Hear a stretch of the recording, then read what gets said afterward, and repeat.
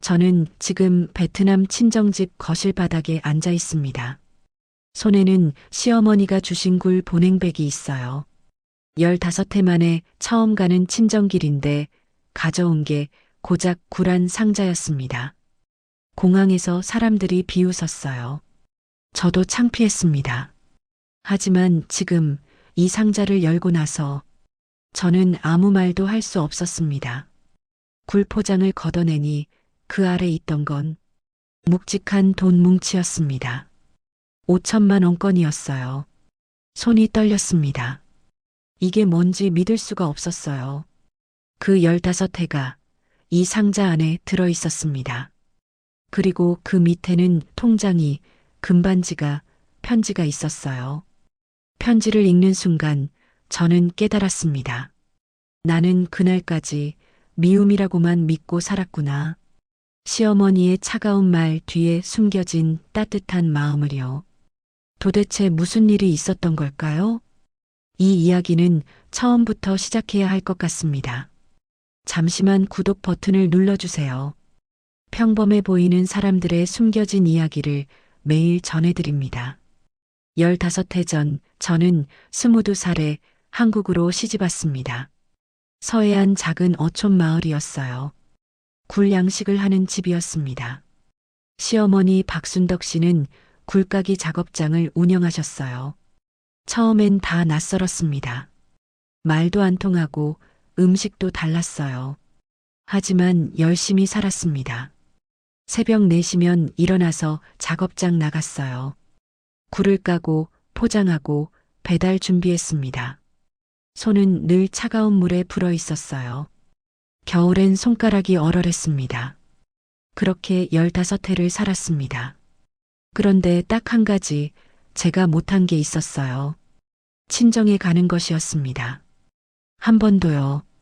15해 동안 단 한 번도 못 갔어요. 베트남 엄마 목소리는 전화로만 들었습니다. 그날도 그랬어요. 작업장 회식 자리였습니다. 직원들이랑 어머니랑 다 같이 모였어요. 소주잔이 돌고 사람들이 웃고 떠들었습니다. 저는 구석에 조용히 앉아 있었어요. 그때 누군가 물었습니다. 투이 씨, 고향 언제 다녀왔어요? 순간 조용해졌어요. 저는 고개를 숙였습니다.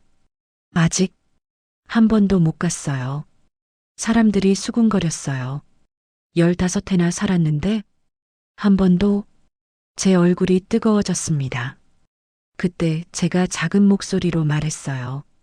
사실 오늘이 아버지 제삿날인데. 작은 향 하나를 주머니에서 꺼냈습니다. 방에서 몰래 가져온 거였어요. 집에서 조용히 절이라도 하려고. 그 순간이었습니다. 시어머니의 손이 번개처럼 움직였어요. 제 손에서 향을 낚아챘습니다. 이 집에서 그런 짓 하지 마. 차갑게 말씀하시고는 향을 당신 주머니에 쑤셔 넣으셨어요. 사람들 앞에서요. 모두가 보는 앞에서였습니다. 저는 아무 말도 못했어요. 고개만 숙였습니다. 실장 최만수 씨가 헛기침을 했어요. 참, 박 사장님도 고생이십니다. 정미경 씨가 옆에서 속삭였어요. 역시 국제 결혼은 문화가 다르니까. 다들 고개를 끄덕였습니다. 저는 그 자리에 앉아서 손만 꼭 쥐었어요. 주머니 속 향은 사라졌고 아버지 제사는 그렇게 지나갔습니다. 그날 밤 방에 혼자 누워서 천장을 봤어요. 엄마 얼굴이 떠올랐습니다. 투이야, 한국 가서 행복하게 살아야 해. 공항에서 하신 말씀이었어요. 하지만 저는 행복한 걸까요? 눈물이 났지만 소리 내지 않았습니다. 벽이 얇아서 시어머니한테 들릴까 봐요. 그날 밤 이후로 저는 더 조심스러워졌습니다. 시어머니 눈치를 보며 살았어요. 말도 줄였습니다. 작업장 일만 묵묵히 했습니다. 그러던 어느 날 밤이었어요. 베트남에서 전화가 왔습니다. 동생이었어요. 언니, 목소리가 떨리고 있었습니다. 엄마가 쓰러졌어.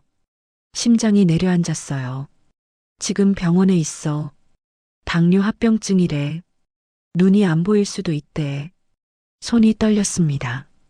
수술비가 500만 원 필요해. 전화를 끊고 저는 한참을 그 자리에 서 있었어요. 500만 원이요. 저한테 그런 돈이 어디 있습니까? 15해 동안 모은 돈이라곤 통장에 100만 원 정도였어요. 그것도 몰래 몰래 모은 거였습니다. 용기를 냈습니다. 시어머니 방문을 두드렸어요. 어머니, 문이 열렸습니다. 시어머니가 서 계셨어요. 표정이 없으셨습니다. 저, 베트남에 사흘만 다녀와도 될까요? 왜? 엄마가 쓰러져서 병원에 계세요. 수술을 해야 하는데. 시어머니가 저를 쳐다보셨어요. 오랫동안요. 15해 동안 한 번도 안 보냈는데 갑자기 왜? 가슴이 막혔습니다. 작업장 바쁜 시기 아니냐? 누가 이래? 제가 빨리 다녀올게요. 사흘이면 안 돼. 딱 잘라 말씀하셨어요. 친정 타령은 그만해.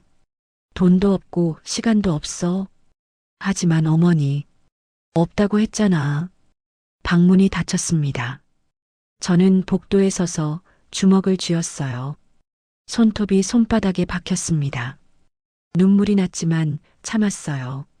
방으로 돌아와서 동생에게 전화했습니다. 미안해. 나 못 갈 것 같아. 언니, 그럼 엄마는? 돈은? 조금이라도 보낼게. 통장에 있던 100만 원. 그거라도 보내야 했어요. 하지만 100만 원으로 뭘 할 수 있을까요? 그날 밤 잠이 안 왔습니다. 천장을 보며 누워 있었어요. 엄마 얼굴이 계속 떠올랐습니다. 공항에서 작별하던 날. 투이야, 한국 가서 행복하게 살아야 해. 엄마 걱정하지 말고. 그때 엄마가 제 손을 꼭 잡아주셨어요. 따뜻했습니다. 하지만 지금 제 손은 차가웠어요. 아무도 잡아주지 않았으니까요. 다음 날 아침 작업장에 나갔습니다. 직원들이 수군거렸어요. 투이 씨 엄마 아프다며? 베트남 못 간대. 박 사장님이 안 보내주신대. 그것도 그렇지. 바쁜 시기인데. 저는 아무 말 없이 굴을 깠습니다. 손이 더 빨리 움직였어요. 생각하기 싫었으니까요. 차가운 물에 손을 담그고 굴만 봤습니다. 그렇게 하루가 지나갔어요. 엄마 생각은 계속 났지만 어쩔 수 없었습니다. 저는 여기서 이렇게 살아야 했으니까요. 며칠이 지났습니다. 베트남 엄마는 수술을 받지 못하고 계셨어요. 제가 보낸 100만 원으론 부족했으니까요. 동생이 여기저기 빌리러 다닌다고 했습니다. 가슴이 아팠지만 저는 아무것도 할 수 없었어요. 그날은 어시장 경매 날이었습니다. 새벽 4시에 일어나서 작업장 사람들이랑 같이 갔어요. 굴 상자를 트럭에 실었습니다. 어시장은 늘 시끄러웠어요. 사람들 목소리, 경매 종소리. 저는 굴 상자 옆에 서서 경매 시작을 기다렸습니다. 그때였어요. 실장 최만수 씨가 다른 상인들이랑 이야기하고 있었어요. 목소리가 컸습니다. 일부러 크게 말하는 것 같았어요. 요즘 박 사장님도 참 고생이십니다. 다른 상인이 물었어요. 왜요? 외국인 며느리 때문에요. 친정에 돈 보내느라 정신이 없대요. 제 얼굴이 뜨거워졌습니다. 그래요? 그런데 며느리가 어디서 왔다고 했죠? 베트남이요. 15해 전에 왔는데 아직도 한국말 서툴러요. 그래서 일은 잘해요? 글쎄요. 굴이나 까줘 뭐. 웃음소리가 들렸습니다. 저는 고개를 숙였어요. 그때 정미경 씨가 지나가다 끼어들었습니다. 아이고, 국제 결혼이 원래 그렇죠. 돈만 보고 오는 거예요. 그러게요. 요즘은 친정 엄마 아프다고 난리래요. 어머, 그래서 박 사장님이 안 보내주셨나 보네요. 현명하시네. 맞아요. 한번 보내주면 계속 요구하잖아요. 제 손이 떨렸습니다. 굴 상자를 꽉 잡았어요. 손톱이 나무에 박혔습니다. 그때 한 상인이 저를 봤습니다. 저기 투이 씨 있네. 순간 조용해졌어요. 사람들이 저를 쳐다봤습니다. 최만수 씨가 웃으며 다가왔어요. 투이 씨, 어머니 괜찮으세요? 베트남 어머니 말이에요. 제 입이 열리지 않았습니다. 괜찮아요. 겨우 대답했어요. 그나저나 한국말 좀 늘었네요. 15해 만에. 사람들이 웃었습니다. 저도 웃었어요. 어색하게요. 웃지 않으면 더 이상해질 것 같았으니까요. 그럼 일 열심히 해요. 박 사장님 실망시키면 안 되죠. 네. 고개를 숙였습니다. 경매가 시작됐어요. 저는 굴 상자 옆에 서서 아무 말도 하지 않았습니다. 사람들 목소리가 계속 들렸어요. 외국인 며느리, 돈만 보고, 친정 타령, 귀를 막고 싶었지만 막을 수 없었어요. 경매가 끝나고 트럭에 다시 올랐습니다. 시어머니는 앞자리에 앉아 계셨어요. 저는 뒷자리에 혼자 앉았습니다. 시어머니가 말씀하셨어요. 오늘 경매 잘 됐다. 네. 너도 수고했어. 네. 그게 다였습니다. 작업장으로 돌아오는 내내 아무 말도 없었어요. 차 안이 조용했습니다. 하지만 제 머릿속은 시끄러웠어요. 외국인 며느리, 돈만 보고 그 말들이 계속 맴돌았습니다. 작업장에 도착해서 차에서 내렸어요. 시어머니가 먼저 들어가셨습니다. 저는 굴 상자를 내리면서 생각했어요. 나는 정말 돈만 보고 온 걸까요? 15해 전 한국행 비행기를 탔을 때 엄마가 공항에서 오셨어요. 행복하게 살아라. 저는 행복하려고 왔었는데, 그런데 지금은 굴 상자를 바닥에 내려놓았습니다. 묵직했어요. 제 마음처럼요. 그때는 몰랐습니다. 그날 일이 제 인생을 완전히 뒤집을 줄은. 그로부터 사흘이 지났습니다. 새벽 3시였어요. 작업장 전화가 울렸습니다. 시어머니가 급하게 받으셨어요. 지금 당장? 목소리가 달랐습니다. 투이야, 일어나. 어시장 가야 해. 어시장에 도착하니 사람들이 모여 있었어요. 검수관이 말했어요. 경쟁업체가 썩은 굴을 우리 물건이랑 섞어놨어요. 백상자나 지금 구분 못하면 30분 후에 경매 취소됩니다. 영업정지 들어가요. 시어머니가 상자 앞으로 갔어요. 하나씩 열어보기 시작하셨습니다. 모르겠는데 굴 상자를 보고 있었습니다. 냄새가 다르게 느껴졌어요. 저도 모르게 앞으로 걸어갔습니다. 무릎을 꿇었어요. 상자에 코를 댔습니다. 투이야, 뭐해? 저는 대답하지 않았어요. 그냥 냄새를 맡았습니다. 한 상자, 또 한 상자. 이 상자는 왼쪽으로, 이 상자는 오른쪽으로. 잠깐, 뭐 하는 거예요? 검수관이 물었습니다. 저는 계속했어요. 이 여자 뭐 하는 거야? 상자만 봤어요. 이건 우리 거. 이건 아니야. 이건 3일 지났어. 이건 냉동했다 녹인 거야. 이건 괜찮아. 이건 썩었어. 검수관이 시계를 봤습니다. 10분. 10분 만에 100상자를 다 골랐어요. 검수관이 확인하기 시작했어요. 왼쪽 상자들을 열어봤습니다. 이건 맞네요. 우리 거예요. 전부 맞아요. 검수관이 말했습니다. 100상자 전부 하나도 안 틀렸어요. 저는 바닥에 주저앉았어요. 시어머니가 다가오셨습니다. 손을 내미셨습니다. 따뜻한 손이었어요. 제 손을 잡아 일으켜 주셨습니다. 아무 말씀도 하지 않으셨어요. 그게 처음이었습니다. 경매는 무사히 진행됐습니다. 하지만 저는 아직도 믿기지 않았어요. 그날 이후 작업장 분위기가 조금 달라졌습니다. 사람들이 저를 다르게 봤어요. 투이 씨, 어떻게 그렇게 빨리 곤란했어요? 저는 그냥 웃었어요. 잘 모르겠어요. 하지만 시어머니는 여전히 말씀이 없으셨습니다. 그러던 어느 날 작업장으로 경찰이 왔습니다. 박순덕 사장님 계십니까? 네, 저인데요. 횡령 신고가 들어왔습니다. 작업장이 조용해졌어요. 횡령이요? 누가? 응우엔 T2E 씨, 여기 계십니까? 제 이름이었습니다. 네. 같이 서 좀 가주시겠습니까? 경찰이 통장 사본을 보여줬어요. 제 이름 300만 원 입금. 이거 저 아니에요. 하지만 당신 계좌잖아요. 최만수 실장이 나타났습니다. 제가 신고한 사람입니다. 투이 씨, 왜 그랬어요? 저 안 했어요. 작업장 사람들이 웅성거렸습니다. 정미경 씨가 말했어요. 내가 뭘 했어. 국제 결혼은 조심해야 한다니까. 아니에요. 저 정말 모르는 돈이에요. 아무도 믿지 않았어요. 일단 서에 가시죠.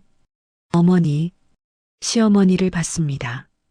시어머니는 아무 말씀이 없으셨어요. 경찰서 조사실. 이 돈 당신이 빼돌린 거 맞죠? 아니에요. 베트남 어머니 병원비 필요했다면서요? 네. 그래서 가져간 거 아닙니까? 아니라니까요. 조사는 몇 시간 이어졌고 해가 질 무렵 작업장에 돌아왔어요. 사람들이 저를 쳐다봤습니다. 시어머니가 나오셨어요. 당분간 작업장 출입하지 마. 어머니, 조사 끝날 때까지 저 정말 안 했어요. 시어머니는 돌아서셨습니다. 차가운 등만 보이셨어요. 그날 밤 베트남에서 전화가 왔습니다. 동생이었어요. 언니, 마을에 소문 퍼졌어. 언니가 도둑질했다고. 가슴이 무너졌습니다. 엄마가 들으셨어. 병원에서 오셨대. 눈물이 났습니다. 나 안 했어. 나는 알아, 언니. 전화를 끊었어요. 아들 준서가 돌아왔습니다. 방문을 열더니 저를 봤어요. 엄마, 학교에서 애들이 엄마가 도둑이래. 목소리가 떨렸어요. 아니라고 했어. 근데 아무도 안 믿어. 저는 아무 말도 할 수 없었습니다. 준서가 방문을 닫고 나갔어요. 다시 혼자가 됐습니다. 저는 생각했어요. 이게 끝인가? 15해가 이렇게 끝나는 건가? 그날 밤 저는 집을 나왔습니다. 어디로 가는지도 모르고 걸었어요. 발이 저절로 움직였습니다. 방파제였어요. 바다가 보였습니다. 파도 소리가 들렸어요. 거칠었습니다. 저는 그 앞에 섰어요. 차가운 바람이 얼굴을 때렸습니다. 생각했어요. 내가 사라지면 모두 편해질까요? 시어머니도, 준서도, 작업장 사람들도, 베트남 엄마도 더 이상 창피하지 않을까요? 파도가 방파제를 때렸습니다. 물보라가 튀었어요. 저는 한 발 앞으로 나갔습니다. 그때였어요. 주머니에서 휴대폰이 울렸습니다. 메시지였어요. 엄마였습니다. 음성 메시지요. 떨리는 손으로 재생 버튼을 눌렀어요. 엄마 목소리가 들렸습니다. 투이야.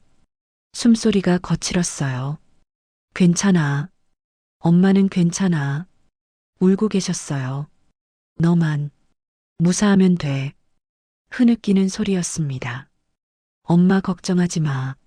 제발. 메시지가 끝났어요. 저는 주저앉았습니다. 휴대폰을 꽉 쥐었어요. 그 순간 다른 소리들이 들렸습니다. 15해 전 공항. 엄마가 제 손을 잡으며 말씀하셨어요. 투이야, 한국 가서 행복하게 살아야 해. 따뜻한 손이었어요. 그 온기가 느껴졌습니다. 그리고 며칠 전 어시장 시어머니가 제 손을 잡아 일으켜 주셨던 순간 아무 말씀 없이 꽉 쥐어 주셨던 그 손. 그것도 따뜻했어요. 준서 목소리도 들렸습니다. 엄마 사랑해. 어렸을 때 잠들기 전 매일 하던 말. 눈물이 났습니다. 소리내서 울었어요. 파도 소리에 묻혔지만 저는 계속 울었습니다. 얼마나 울었을까요? 울음이 멈췄어요. 저는 일어났습니다. 바다를 봤어요. 여전히 파도는 거칠었습니다. 하지만 저는 돌아서야 했어요. 엄마가 기다리고 있으니까요. 제가 무사하길 바라시니까요. 준서도 있으니까요. 그리고 시어머니의 그 손. 왜 저를 잡아주셨을까요? 왜 아무 말씀 없이 꽉 쥐어주셨을까요? 알 수 없었습니다. 하지만 그 손은 분명 따뜻했어요. 저는 방파제를 떠났습니다. 집으로 돌아가는 길, 하늘을 봤어요. 별이 보였습니다. 작았지만 빛나고 있었어요. 그날 밤 저는 깨달았습니다. 내가 사라지면 엄마도 사라진다는 것을. 준서도요. 그리고 어쩌면 시어머니도. 그 따뜻했던 손도 사라질 거예요. 저는 살아야 했습니다. 이 오해를 풀어야 했어요. 어떻게든요. 집에 도착했습니다. 불이 꺼져 있었어요. 조용히 방으로 들어갔습니다. 이불을 덮었어요. 눈을 감았습니다. 내일은 어떻게 될까요? 모르겠어요. 하지만 포기하지 않기로 했습니다. 엄마를 위해서, 준서를 위해서, 그리고 저를 위해서요. 다음 날 아침 현관문을 두드리는 소리가 들렸습니다. 경찰이었어요. 새로운 증거가 나왔습니다. 경찰서 조사실 문을 열었어요. 그런데 시어머니가 앉아 계셨습니다. 어머니, 어제 투이 씨 아들분이 영상을 가져왔습니다. 화면이 켜졌어요. 최만수 실장이 보였어요. 실장이 금고를 열었습니다. 투이 씨 계좌로 송금하는 장면입니다. 누명을 씌운 겁니다. 그때 시어머니가 상자를 밀었습니다.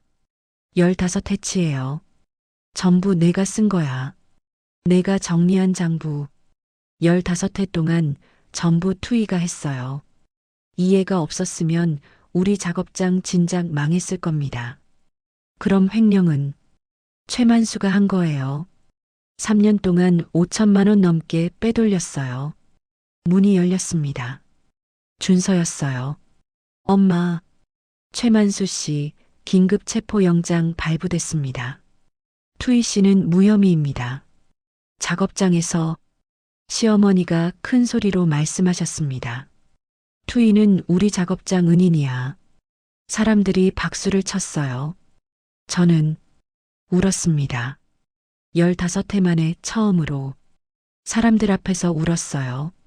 며칠이 지났습니다. 시어머니가 말씀하셨어요. 투이야, 베트남 가거라. 네, 엄마 수술해야 하잖아. 가서 돌봐드려. 하지만 작업장은 괜찮아. 다녀와. 비행기 표를 주셨습니다. 그리고 작은 보냉백 하나를. 이거 가져가. 이게 뭐예요? 굴이야. 내가 좋아하잖아. 무거웠어요. 굴치곤 너무 무거웠습니다. 어머니, 빨리 가. 엄마 기다리시겠다. 공항에 도착했습니다. 보냉백을 들고 출국장으로 걸어갔어요. 사람들이 쳐다봤습니다. 저 사람 굴 들고 가네. 15회 만에 가는데 굴이라니. 비웃는 소리가 들렸어요. 저도 생각했습니다. 나는 아직도 이 집에서 아무것도 아닌 사람이구나. 비행기에 올랐어요. 베트남으로 가는 길. 창밖을 봤습니다. 구름이 보였어요. 몇 시간 후 베트남에 도착했습니다. 공항 밖으로 나왔어요. 따뜻한 공기가 얼굴을 감쌌습니다. 고향 냄새였어요. 택시를 타고 친정으로 갔습니다. 엄마가 문 앞에서 기다리고 계셨어요. 투이야, 달려가서 안았습니다. 엄마, 우리 딸 많이 힘들었지? 눈물이 났어요.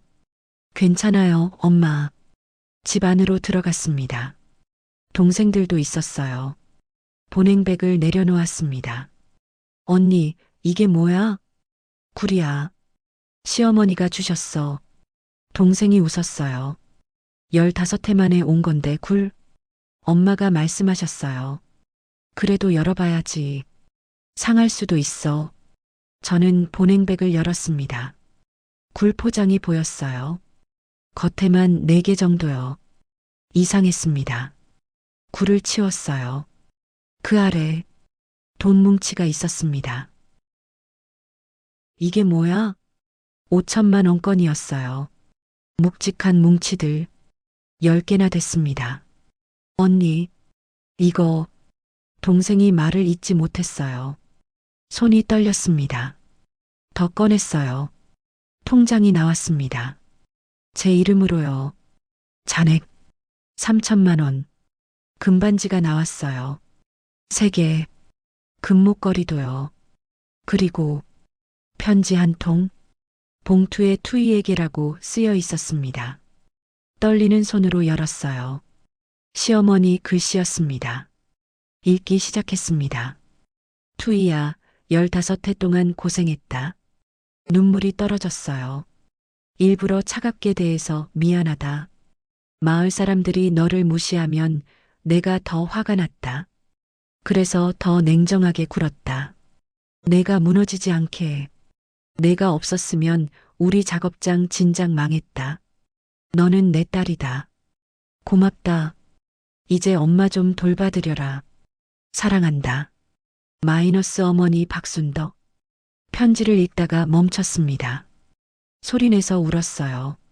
엄마가 저를 안아주셨습니다. 동생들도 옆에 왔어요. 한참을 울었습니다. 며칠 뒤 엄마 수술이 무사히 끝났어요. 마당에 앉아 햇살을 쬐었습니다. 엄마 옆에 저도 앉았어요. 투이야, 다시 한국 가야지? 네, 엄마. 시어머니한테 잘해드려. 좋은 분이시다. 알아요. 준서가 화상통화로 물었습니다. 엄마, 언제 와? 곧 갈게. 할머니도 보고 싶어 하시더라. 전화를 끊고 하늘을 봤어요. 구름이 흘러갔습니다. 15해 만에 처음으로 부끄럽지 않게 숨을 쉬었습니다. 차가운 말 뒤에 숨겨진 따뜻한 마음을 이제야 알았습니다. 시어머니는 15해 동안 저를 지켜주고 계셨습니다. 말이 아니라 손으로요. 그날부터 잠이 조금씩 편해졌습니다.